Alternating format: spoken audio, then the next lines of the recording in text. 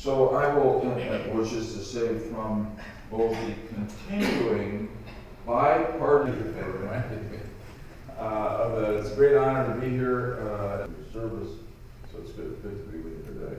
So I'm going to just say the Middle East does not stay in the Middle East. It has traditionally peril and promise. This is Trump time. This is a period where the designation of the Islamic Revolutionary Guards Corps will coincide with considering North Korea as a proliferating partner of the Iranian regime. North Korea and Iran share nuclear tests, ballistic missile tests, information. These proliferation partners are the problem. So in order to put pressure on Iran, you have to put pressure on North Korea. Really, the conflict in Yemen is primarily its dictatorial governmental form on as many is multifaceted. From the other question of a conflict between terrorists, and on the other side, a response growing to the Iranian support. Is a deep-seated fear among U.S. officials that the Iranian regime is not just meddling in Syria, but propping up the Assad government.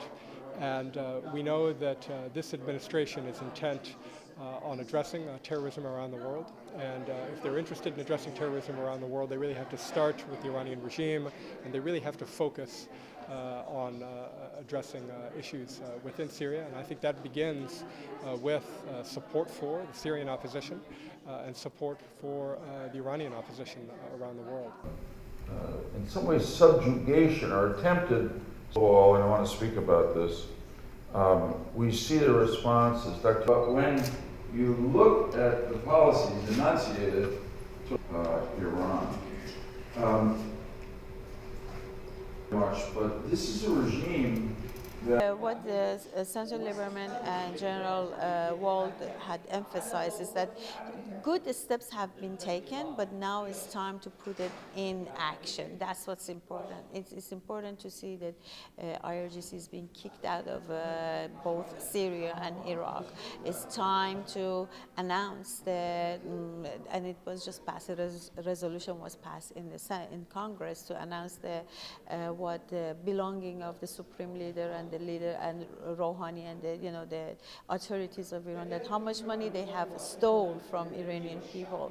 Iranian people are entitled to know about that. On the external threat and external gains, it has, Iran has committed tens of thousands of militia that can or will reform from within.